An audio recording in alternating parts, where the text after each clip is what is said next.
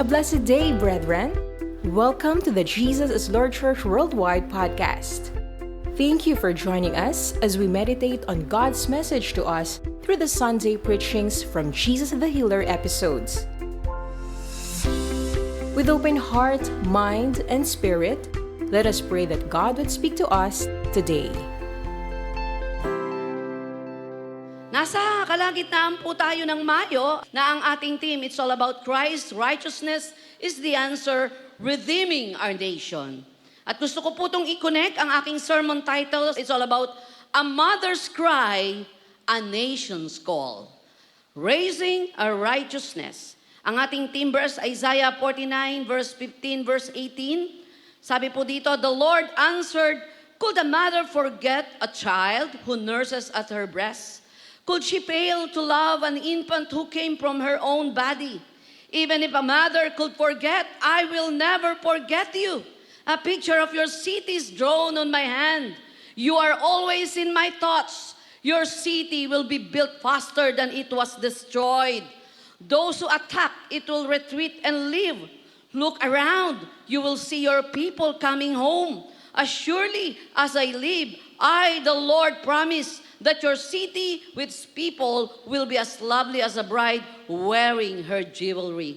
The Lord will bless the reading of this passage. Nakamamangha kung paanong hinugutan po ng paglalarawan ng pagmamahal ng Panginoon sa bansa ay ang pagmamahal ng ina sa kanyang anak. Nakapamangha kung paanong nakita po ng Diyos sa langit ang puso ng isang ina.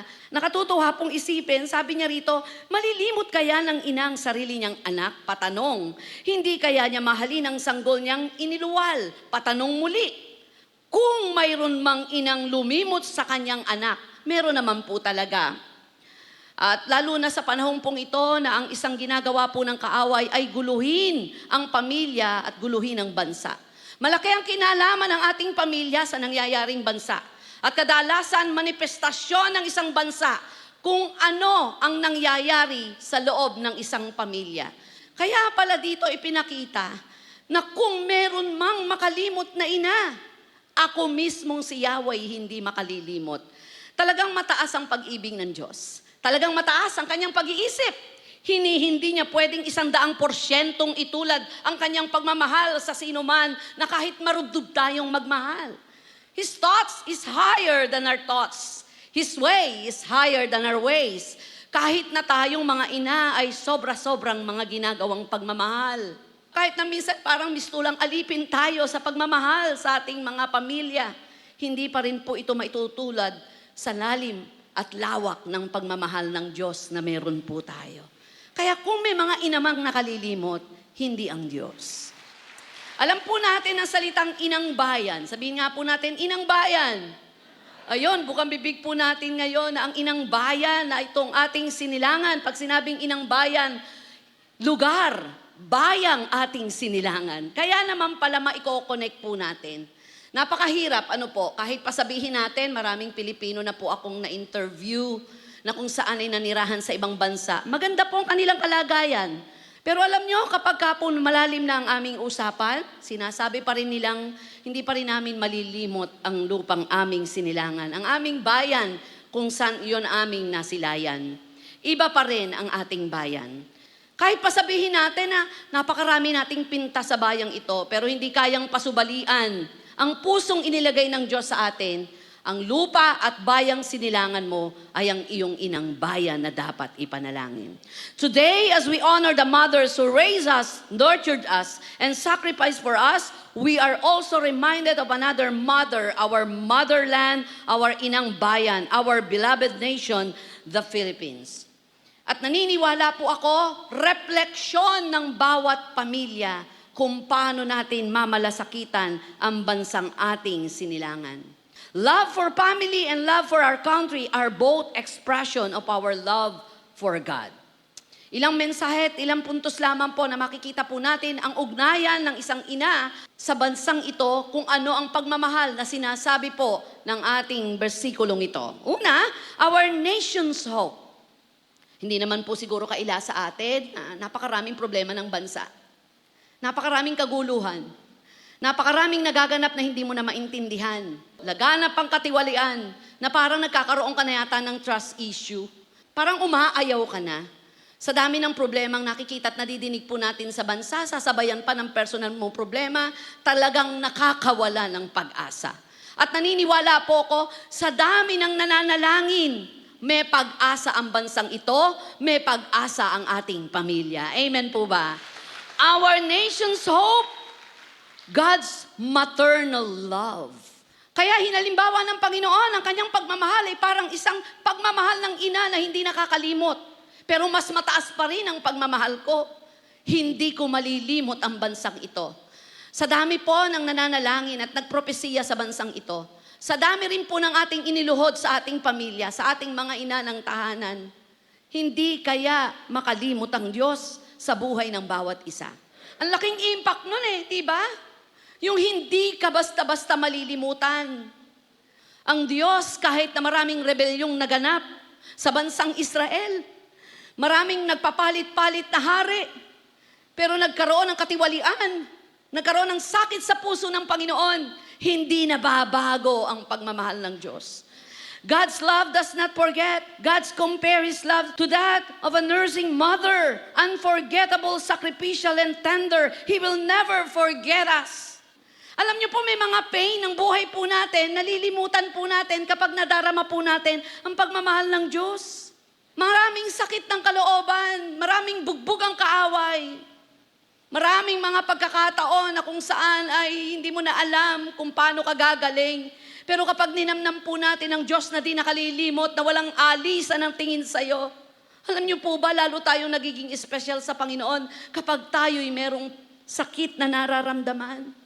His commitment to us is unshakable, and His promise to restore us is steadfast. God's love is compassionate. Everybody say compassionate. God's love for the nation is deeply emotional and committed, just as a mother feels deep compassion for her child. Kaya si Jesus, iniiyakan niya ang bayang Israel, ang bansang Israel. God's love is redemptive. Everybody say redemptive. God's maternal love is not only for comfort, but for transformation. Alam niyo bang nakakabago ang pag-ibig? Nakakabago ang pagmamahal. Ang laki nga ho ng pinagbago ko Biro mo, kahit kailan di ako kuminakain ng ginata. Masarsa ako Ang napangasawa ko'y mahilig sa ginataan at maanghang. Dumadantay pa lang anghang sa labi ko'y naiiyak na ako. Baka ngayon makikipagnataan na po ako na sili. Ang napangasawa ko ba na may Bicolano? Ang lakas makabago ng pagmamahal ng sino man at kung sino ang iyong kasama. Kaya nitong baguhin kalahati ng pagkatao mo. Pati ang prinsipyo'y nababago nito. Kaya napakahalaga po na ang bawat isa, ang bawat pamilya, ang bawat ina ay may prinsipyong galing sa salita ng Diyos na makaka-impluwensya sa ating tahanan, na ang tahanan ito'y isang maliit na komunidad na kung saan ay magpapalawak ng liwanag sa bansa at sa bayang ito. Bakit nga ba may mga naluluklok na kung saan ay tiwali? Paano nga ba sila nabuhay? Anong klaseng buhay meron sila? Anong paligid meron sila? Salamat lamang po, may transformation na gayang gawin ang Diyos sa buhay ng bawat isa. Alam niyo yung transformation? Pinipilit natin maging maayos. Pinipilit nating maging maganda. Pinipilit nating ipakita sa social media, ipakita sa mga kaibigan, sa kapitbahay, masaya tayo, okay tayo, but deep inside, basag na tayo. Kagaya ng bansa. Parang pag pinakikita lamang po yung magagandang bagay, pero may basag ang bansa natin. Paano mabubuo kung kapwa basag sa basag ang magbubuuan? Napakaganda pong pagnilayan na ang isang pamilya ay dapat nabubuo ng pag-ibig ni Kristo. God's maternal love is not only for comfort, but for transformation. He longs to restore, rebuild, and redeem our nation. He longs to restore, rebuild, and redeem our family. Nais niya, kapatid, kung napakarudob ng ating pagnanasang maayos ang ating pamilya, maayos ang ating puso, higit kailanman ay ang Diyos na ating pinaglilingkuran. Alam niyo, ang bawat pamilya, anak, ina, ama, may role yan sa bawat isa, may responsibilidad yan. Ano po ang sinasabing our urgent responsibility? Becoming children of light. Everybody say, children of light. Matthew 5:14-16, you are the light of the world. Sabihin mo sa katabi mo, light of the world ka. Amen. A town built on a hill cannot be hidden. Neither do people light a lamp and put it under a bowl. Instead, they put it on its stand and it gives light to everyone in the house. Ikaw ay liwanag. Liwanag na nagbibigay ng kapayapaan, kagalakan at kasiglahan. Ganon meron ng Diyos. Sa mga panahong napapagod tayo, sa mga panahong ang bansang ito'y parang dapang-dapa na, pero merong isisilang at isisilang na pag-asa ang Diyos sa bansang ito. May tao pa rin ang Diyos sa bansang ito. May tao pa rin ang Diyos sa bawat bayan. At meron kang pag-asa dahil nandito ka para sa iyong pamilya. Kapatid, walang sukuan. Nakatutok ang kaaway sa ayaw at sa gusto natin sa bansang mapanalanginin. Pero kahit tutukan niya ang bansang mapanalanginin, ang apoy ng panalangin ay tutupok sa gawa ng kadiliman. Sabi ng Biblia, sa sandaling ang bansa at bayang ito ay lumuhod, hanapin ang aking muka. Kalilimutan ko ang kanilang kasalanan. Sa sandaling ang pamilya, sa sandaling ang mga ina na narito, ay patuloy. Alam nyo, iba iyak ng nanay. Ano po? Kapag napaiyak na yung nanay, iba na. Nung ikakasal po ako, inaya ko po sa mulang nanay ko at sabi ko, Nay, bili kita ng sapatos. Ayaw ni inang. Sabi niya, wag na. Aminin ko po, ako po'y nagkaroon ng konting pagkainis sapagkat sabi ko, inang tara na, bili tayo ng sapatos. Wag na. Sabi niya, sayang ang pera. Isang araw lang naman at ilang oras yung kasal mo. Sabi ko, inang, kasama po sa budget yon inang. Tara na, ayaw ho talaga. Hanggang sa bumigay na po yung inis ko. Sabi ko, inang, moment ko to. Ayun na yun. Lumabas ang tunay na motibo. Dapat maganda ka, moment ko to. Alam niyo po, kung di pa ako nagtaas ng boses, sabi po, inang, ano ba, moment ko to, huwag niyo akong hintiyain. Sandali lang naman ikaw magsasapatos, tsaka hindi naman ikaw bibili. Nagsalita na ako ng ganun. Punta na po kami sa mall, tahimik si inang. Pinipili ang pinakamurang sapatos. Hanggang sa dumating sa point, di ko siya kinibo. Uwi-iwi ko ang sapatos. Sabi ko, sukat niyo na po. Nung gabi pong yon, hinawakan po ng inang ko yung aking balikat at sinabi niyang, anak, pasensya ka na ha. Pasensya ka na talaga. Hindi sa ayaw ko ng sapatos. Bakit po kasi? Sabi ko pang ganun. Kasi baka nga mapahiya kita pag nagsapatos ako. Baka madapa ako, baka madulas ako. Sabi ko, bakit ho? Buong buhay ko, hindi pa ako nakapagsapatos, anak. Oy, grabe yun, shock ako dun. Nakita ko nga. 29 nung mag-asawa ko, ni minsan di ko nakita. Hindi nga pala nagsasapatos ang nanay ko. Sinelas na maganda lang siya. Sabi niya, anak, may kwento yan eh. 7 taon pa lamang ako, nawalay na ako sa pamilya ko. Namasukan agad akong katulong. Yung bayad sa akin, kain lang talaga, anak. Kain, tsaka pinagliit ang damit ng mga amo ko. So makakabili ba ako ng sapatos? Hanggang sa napangasawa ko ang tata mo, nagkaanak agad kami ng 8. Palagay mo, makakabili pa ako ng sapatos. Hindi, sapatos yun naunahin ko. Alam niyo, mga anak na narito, sobra po yung pag-iyak ko. Matuturuan ko pa ba ang nanay ko? 70 anyos na para magsapatos. Na, ganito lang, magsapatos ka. Hindi na. Buong buhay ko, di ko nakita. Di pa na nagsasapatos ang nanay ko. Mga anak na narito, baka sobrang busy tayo sa sarili natin. Baka maraming hindi na tayo nakikita at nararamdaman para sa ating magulang. Ngayon po, hindi naman po sa sobrang yaman ko na, no? Kaya ko naman bumili na ng sapatos. Pero nasa na yung bibilan ko ng sapatos? O sige, kahit hindi na sapatos, magandang sinelas na lang. Pinakamaganda sa buong looban namin, nanay. Ikaw ang magsasinelas nun. Pero wala na eh. Inilagay nga siya sa ataol, hindi nakasinelas o nakasapatos. Nabanggit ko lamang po. Sa panahong nandyan pa ang inyong mga ina, sa mga panahong nandyan pa ang inyong mga anak, huwag ipagkait ang panahon at pagkakataong alamin kung anong mga bagay na magpapasaya. Yun lang po, palakpakan natin si Lord. Our urgent responsibility, become a children of light. Live out the righteousness of Christ. We are called to live as a children of light. bringing honor to our nation through righteous lives. Reject the darkness of sin and corruption. Become intercessors of the nation. If we are the children of our nation, we must walk in a way that honors her. Not in corruption, division, or apathy, but in light. Ito yung panahon ng pagkakataon na habang may panahon pa, ipakita po natin ang liwanag ng salita ng Diyos. Ipakita ang mga bagay na magpapabuti. Doon makikita ang righteousness ni Christ. Doon makikita ang katwiran ng Panginoon. At kung may corrupt na spirito na inilalagay ang kaaway sa pamilya, tandaan po natin, liwanag pa rin ang dala ng Diyos sa bawat isa. Magkaroon ka ng maraming anak, iba-iba ang ugali. May melancholy, di ba? Meron nga mga ganong personality. May sanguine. Iba-iba. Iba-iba ang gusto, hindi magkasundo-sundo. Magkakaiba ng prinsipyo at pagtanaw. Pero pwedeng magkaisa ng pagmamahal kay Kristo. Dahil ang pagpapakilala kay Kristo ang mag-uugnay para maging mabuting tao ang isang pamilya. Become intercessors of the nation. Ano po ang responsibilidad? Na ipakita po natin sa ating pamilya ang ipanalangin ng bansa. Ang ating mga ina ng tahanan ay nangangailangan ng panalangin.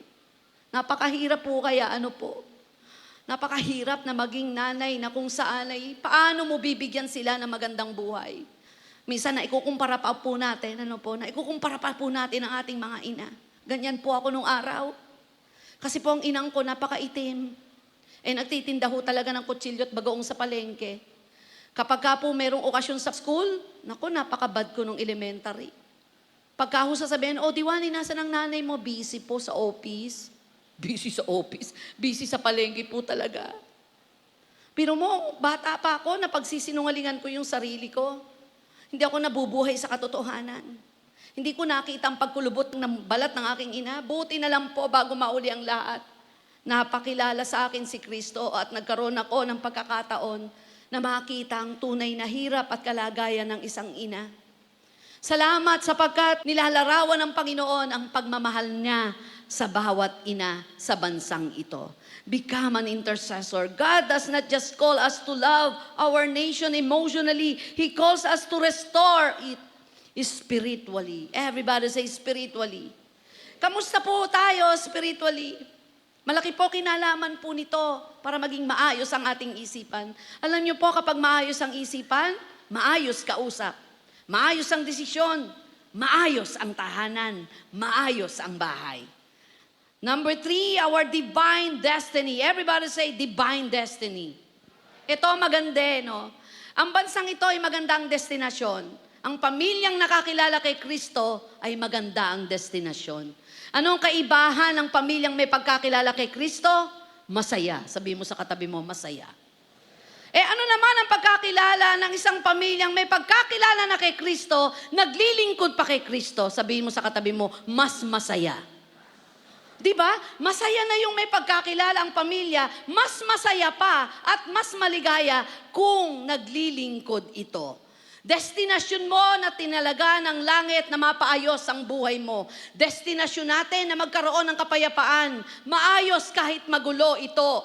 Yung ginulo mo sa buhay mo, specialty ng Diyos, ayusin lahat yan. Binubura niya ang nakaraan mo at hindi niya tinitingnan ito. At ang tinitingnan niya ay ang tunay na destinasyon mo. We are all destined to bless. Amen. Destinasyon mong maging matagumpay. Laban mga ina, tayo mga nanay, magpakatatag. Dahil lahat ng pagod, hirap at pag-iyak, nakikita ng Diyos yan. Palakpakan po natin ang Panginoon. Your city will be built faster than it was destroyed. Those who attack it will retreat and live. Look around, you will see your people coming home. As surely as I live, I, the Lord, promise that your city with its people will be as lovely as bride wearing her jewelry. Grabe, pinortrait ng Lord. Tatayong muli ang bayang ito. Tatayong muli at lalakad na parang isang ikakasal, isang mayaman, isang anak ng reyna. Tatayong muli ang isang pamilya. Tatatag muli ang isang pamilya, ang isang bansa. God's promise of rapid restoration. Everybody say rapid restoration. binukang bibig po natin that this is the year of God's answered prayer. Year of breakthrough. Everybody say breakthrough. Oftentimes, ang salitang breakthrough is sudden change. May mga panalangin po tayo na mabilis agad ang sagot. Pero mayroong mga panalangin na gradual lang. Sa Bible, may mga instant na sagot ang Diyos. Nung mapapahiya na ang kasalan sa Cana, ubos na ang alak, instant, ang tubig ay naging alak. Alam naman po natin na ang alak ay talagang iniimbak na mahabang panahon. Kung gaano katagal, ganong kasarap yun. Pero sa ilang minuto, nagkaroon ng pinakamasarap na alak. Salamat sapagkat sa kabila ng di nating maunawan at maintindihan, merong rapid restoration. Merong mabilis na paggalaw minsan ng Diyos. God promised a quantum leap. Everybody say quantum leap. For our nation. Imposible ba na sa isang iglap makita mo ang malaking pagbabago ng bansa? Imposible ba na yung napakatagal na pangyayaring nagaganap na nawalan ka ng pag-asa, sa isang iglap ay magkaroon ng pagbabago? May nangyari pong ganyan sa simbahan. Yung pong ina na yon, every time na a-attend, meron po siyang 3 upuan na binabakante. Minsan kahit punong-puno na, binabakante niya yon. Kinausap po siya ng isa pong naglilingkod doon at sinabing, napansin po namin, Mami, every time na sisimba po kayo, nagbabakante kayo ng 3 upuan. Wala na pong maupuan ng iba. Nanginginig po ang luhat. Sanabi niyang, sige po, ibibigay ko na. Pwede po pa matanong, bakit po linggo-linggo nagbabakante po kayo ng 3 upuan? Sabi niya, kasi linggo-linggo, lagi ko sinasabi kay Lord, Lord, nakareserba ang upuang ito. Nakatabi kong aking asawa at 2 anak ko. Na hindi magtatagal, 4 ang upuan na uupuan ang aking pamilya. Naiyak po yung usher at sinabi niya, sige po, patayuin na lang natin yung iba. Nandyan na ho, siguro check yung pamilya niyo. Alam niyo po, ilang taon ang nakaraan. Gulat na gulat po yung usher, nakasama niya yung kanyang 2 anak. May isang bakante na lang, tumagal ang ilang buwan, kasama na po ang kanyang asawa. Hindi kayang pasubalian kapag ina na ang umiyak at nanampalataya. Hindi kayang pasubalian kapag ang Diyos na ang kumilos. Amen po ba? For I know the plans I have for you, plans to prosper you, not to harm you, plans to give you hope in the future. Tandaan po natin, ang Diyos ay may hawak ng kinabukasan ng buhay ng bawat isa. Huwag mong pahawak kahit kanino ang buhay mo. Sa Diyos mo unang pahawak ang buhay mo. Kapag hinawakan ng Diyos ang manibela ng buhay mo, diretso ang biyahe ng buhay mo, biyahe sa destinasyong totoo na galing sa Diyos na pinaglilingkuran mo. God will gather these people home. Ito maganda. Pangako ng Diyos, i-gather niya ang kanyang mga anak, idadalin sa kanilang sariling tahanan. God promised that people who were scattered will return. Kamusta po yung mga prayer natin, mga pagluha natin? Kamusta po? May problema po ba sa tahanan? Alam niyo po ba ang unang apektado kapag may problema at nagkakagulo sa tahanan, walang iba kundi ang ina. Marubdob ang panalangin nito. I believe and I can sense may mga ina na narito na durog ang puso. Nagnanasat nangangarap na maayos ang inyong pamilya. Ayusin po muna natin ating sarili sa harapan ng Diyos. Kaya ng Diyos na ayusin ang hindi natin kaya. God's promise that people who were scattered will return. This is not just physical restoration, but spiritual renewal. Ang unang inaayos ng Diyos ay ang kaloob-looban. Mahirap kasi po yung nagsasamang merong mga bigat sa isa't isa. Napakahalaga po na bagamat hindi nakikita sa ngayon, pero naaayos ang damdamin sa isa't isa. Naalala nyo si Jacob at Esau? Galit na galit si Esau. Takot na takot si Jacob. Matagal na panahon hindi sila nag-uusap. Galit na galit sila. Takot na takot si Jacob. Sabi niya, Lord, ayusin niyo, ayusin niyo. Then yung sudden change, breakthrough. Nung magkita sila, nagyakap na lang sila. Wala nang pinag-usapan. Puno na ng pagmamahal. Naglalarawan to ng bansa at ng Diyos. Dalangin ko po sa buhay ng bawat isa sa pagkakataong ito na sineselebrate po natin ang pagiging ina ng ating mga magulang sa oras na ito.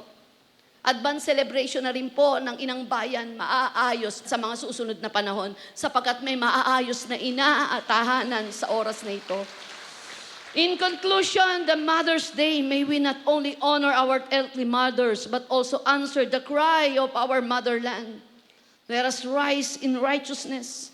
Let us become the children she needs. Let us be the generation God can use. Let us echo the prayer of the prophet Daniel 9:19.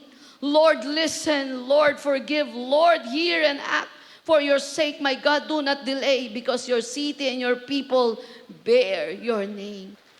Nung mga panahon po na ako'y nagugulumihan at nagugulo sa tawag ng Diyos sa buhay ko, may asawa na po ako, 2 anak. Sakit-sakit ng puso ko. Ang una pong tinakbuhan ko bago asawa ko ay ang aking ina. Dinatnan ko ang aking ina, nakaupo sa wheelchair. May sakit na po na ng aking nanay. Sabi ko, Nay, ayoko na po. Pwede naman maging Kristiyano na lang ako, hindi na lang po ako maglilingkod. Tumutulo po luha ng nanay ko. Sabi niya, anak, isuko mo na ang lahat, wag lang ang paglilingkod. Dahil ang paglilingkod mo ay pagpapatunay ng pagmamahal mo sa Diyos. At ang pagmamahal mo sa Diyos ay magpapatunay ng pagmamahal mo sa akin, sa pamilya mo, at sa maraming tao. Mga ina, mga pamilya na narito, isuko na natin ang lahat, huwag lang ang pagmamahal sa Diyos. Do not forsake your calling. Do not abandon your calling. Ang unang tawag mo ay isang anak. Ang unang tawag mo ay isang ina. Ina na nais po ng Diyos na magbigyan ng kalwalatian at karangalan ng kanyang pangalan sa ating tahanan. Kapit lang mga nanay, tibay lang, may magagawa ang Diyos.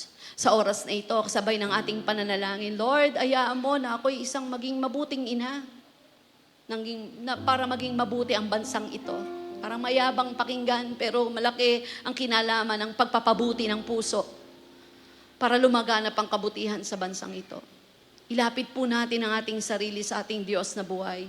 Pwede bang itaas natin ang ating kamay? Sabihin po natin na maikling panalangin to, Panginoong Yesus, lumalapit ako sa iyo, buong puso, nagpapakumbaba. Inaamin kong aking kahinaan, inaamin kong aking kakulangan. Binibigay ko sa iyo ang aking sarili. Sinusuko ko ang lahat ng ito.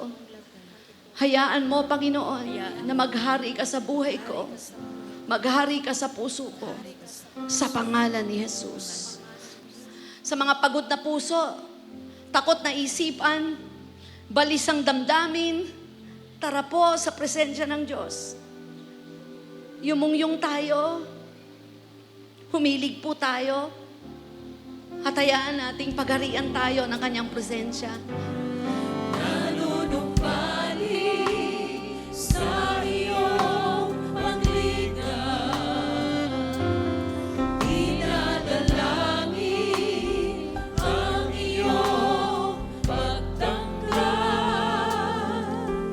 hinahanap ang iyong katwiran,